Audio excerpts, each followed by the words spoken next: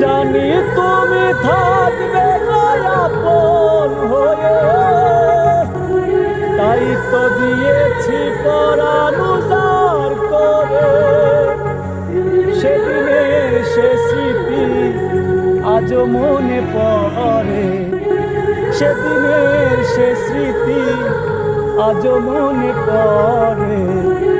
তুমিও কি ভাবনি আগে, সে কথা ভাবি